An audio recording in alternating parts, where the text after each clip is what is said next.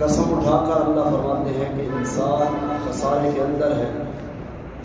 الا الذین آمنوا وعملوا الصالحات، مگر وہ انسان خسارے میں نہیں ہے جو ایمان لانے کے بعد نیک عمل کرتا ہے۔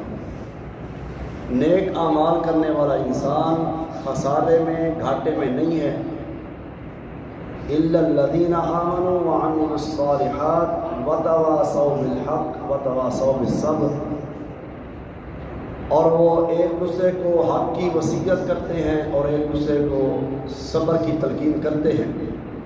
صحابہ کرام رضوان اللہ علیہم اجمعین کا یہ معمول تھا، جب سفر پر جاتے تو ایک دوسرے کو وصیت کرتے تھے کہ بھائی حق پر ڈٹ جانا، اور اس معاملات میں، دین کے معاملات میں پریشانی آئے، مصیبت آئے تو پھر کیا کرنا ہے، صبر کا دامن نہیں چھوڑنا۔ تو اہل ایمان، ان کے لیے نیک اعمال انتہائی ضروری ہے۔ جو شخص نیک اعمال کی پابندی کرتا ہے، اللہ اس کے مال کی بھی حفاظت فرماتے ہیں۔ دلیل کیا ہے؟ سورہ الکہف، سیدنا موسیٰ علیہ السلام اور حضرت خضر آپس میں جب سفر کر رہے تھے تو یتیم بچوں کی ایک دیوار جو تھی اس کو سیدھا کر کے، بہتری کر کے کھڑا کر دیا حضرت خضر نے۔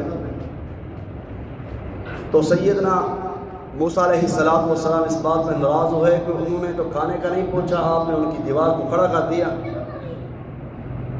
تو سیدنا خضر فرماتے ہیں وَأَمَّا الْجِدَارُ فَكَانَ لِغُلَامَيْنِ يَتِيمَيْنِ فِي الْمَدِينَةِ وَكَانَ تَحْتَهُ كَنْزٌ لَهُمَا وَكَانَ أَبُوهُمَا صَالِحًا، کہ یہ یتیموں کی دیوار ہے اور اس کے نیچے ان کا خزانہ ہے، تو اس لیے ہم نے ان کے ساتھ بھلائی کی ہے۔ وَأَبُوهُمَا صَالِحًا، ان کا والد جو ہے نیک آدمی تھا۔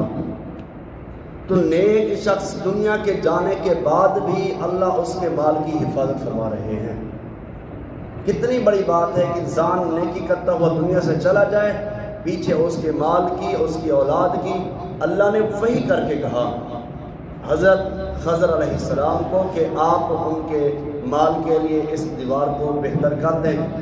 تو اس بات پر پھر سیدنا موسیٰ علیہ السلام کو جب بتایا گیا کہ یہ مسئلہ ہے، تو یہ بتانے کا مقصد یہ تھا کہ مال اور انسان کا جو ہے اس کی عزت کی حفاظت نیک اعمال سے کی جاتی ہے۔ تو یہ گنتی کے دن ہیں، ایام معدودات، نیند آنے لگے